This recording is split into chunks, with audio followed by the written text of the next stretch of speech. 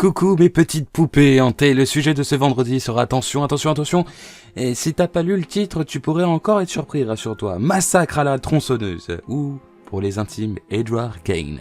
Déjà, faut savoir que le film Massacre à la tronçonneuse, magnifique film d'ailleurs, est tiré d'une histoire vraie, et donc toutes les horreurs que vous avez vues sont bien réelles. Ah, la magie du cinéma, ou comment se faire du fric sur de magnifiques drames. Oh bordel, ça me rend tout chose. Bref, commençons par la jeunesse de ce gentil petit monsieur.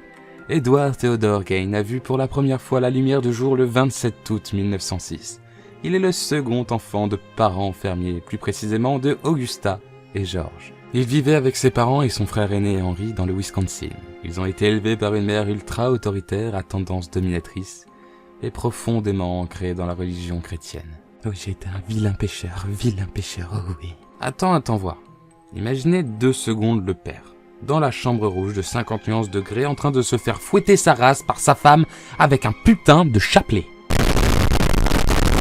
Au lieu de ça, son père a eu un destin beaucoup plus malheureux. Il était fortement alcoolique et mourra en 1940 d'une crise cardiaque. Niquez-vous, j'en ai marre de cette famille de merde qui suce des croix et lèche le mulet du Christ.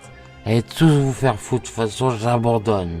On s'égare. Ed était un enfant assez timide et très renfermé sur lui-même. Pendant toute sa jeunesse, il vivait avec son frère et sa mère, et à l'âge adulte, ils reprennent donc la ferme familiale. Leur mère était toujours sur leur dos.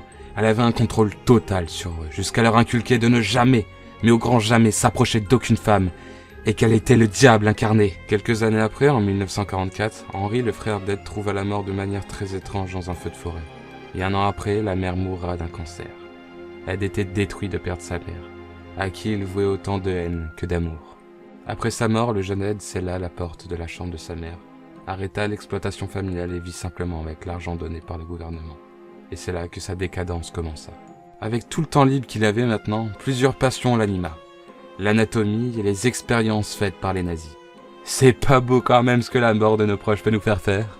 Un jour, il tomba sur un article de journal et plus particulièrement sur un article évoquant la récente mort d'une femme. En toute logique, il se dit, et pourquoi pas me balader dans le cimetière avec un vieil ami instable psychologiquement et déterrer des cadavres fraîchement morts? Mais quelle bonne idée!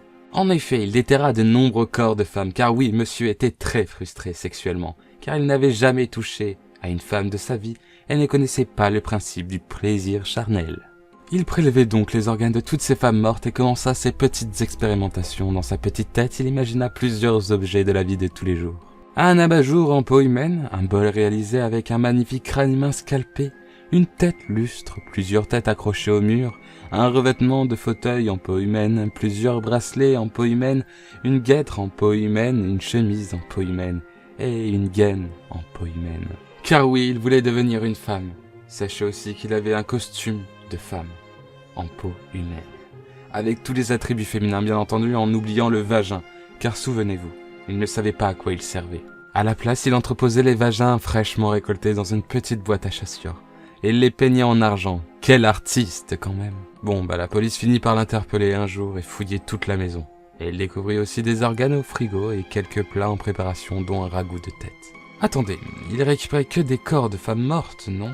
Eh bien non, il avoua à la police qu'il avait tué plusieurs personnes, dont Mary Hougan, 51 ans, Arvin Hartley, 15 ans, Georgia Wickler, 8 ans, et bien d'autres.